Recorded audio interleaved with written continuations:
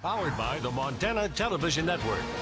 The 10 o'clock news continues on KAJ, Montana's news leader.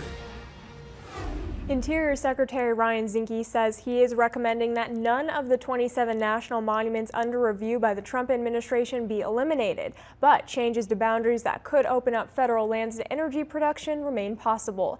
At the president's direction, Zinke earlier this year launched a review of 27 national monuments. It was a controversial move that could undo protections for millions of acres of federal lands, as well as limits on oil and gas or other energy production. Zinke promised none of the sites would revert to state or private ownership, and he added that public access for hunting, fishing, or grazing would be maintained or expanded. Zinke is visiting Montana today, but we were not given the chance to interview him about this decision.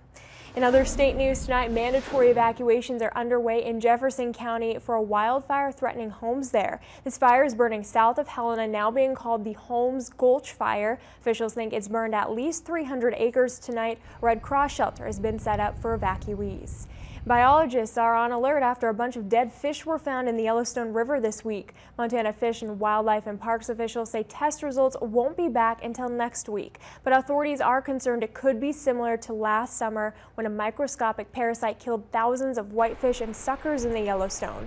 Fisheries Manager Travis Horton says right now there's not enough info to determine if the fish deaths are disease-related. The Montana Public Service Commission gives the green light for a second app-based ride-sharing company to operate in the state. The PSC voted 4-1 today to approve the license of Lyft. They use independent contractors that are paid a set amount for each ride they give. These drivers use their own cars, but they are subject to safety checks. A similar license was granted to Uber in December of 2015 after changes to state law earlier that year paved the way for these kind of companies to operate in Montana. Commissioner Bob Lake of Hamilton was the lone dissenting vote. The approval of Lyft's license is effective immediately and allows the company to begin operating right away. Health Watch is next on KAJ 18. A Montana family talks about a life-changing foundation that supported their son when he almost lost his life fighting fires in Washington state. That story is next.